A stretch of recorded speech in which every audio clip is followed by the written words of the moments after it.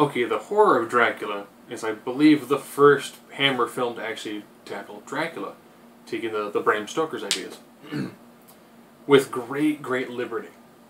This is, of course, one of the very few times I've actually seen a Hammer horror film. Set-wise, beautifully done. You know, people should watch these movies just for the set design and the way things are laid out. And it was great seeing, you know, Peter Cushing and Christopher Lee in these very iconic roles as Van Helsing as Dracula. The plot, maybe it's because I've seen like a dozen Dracula movies and the plot is almost always identical. You essentially do have someone who is hunting a vampire. And it's Van Helsing hunting Dracula. It's been done a lot. It's done fairly well here, probably because you get some very strong acting. But it does feel like a movie that I've seen like a dozen times before.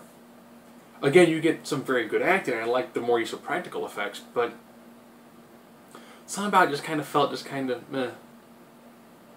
You know, there's still the hanging of the garlic and things of that nature. You know, I wanted to enjoy it a lot more, but I think that the idea of Dracula has been so ruined by all of the other movies that have come out, most of which are not very good.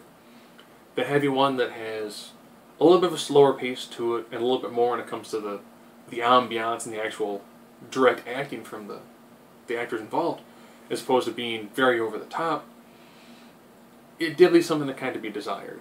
And at under an hour and a half, it does feel like they knew what they wanted to do, and they probably actually would have run longer if they would have had more on the budget. So it's a very good Dracula movie.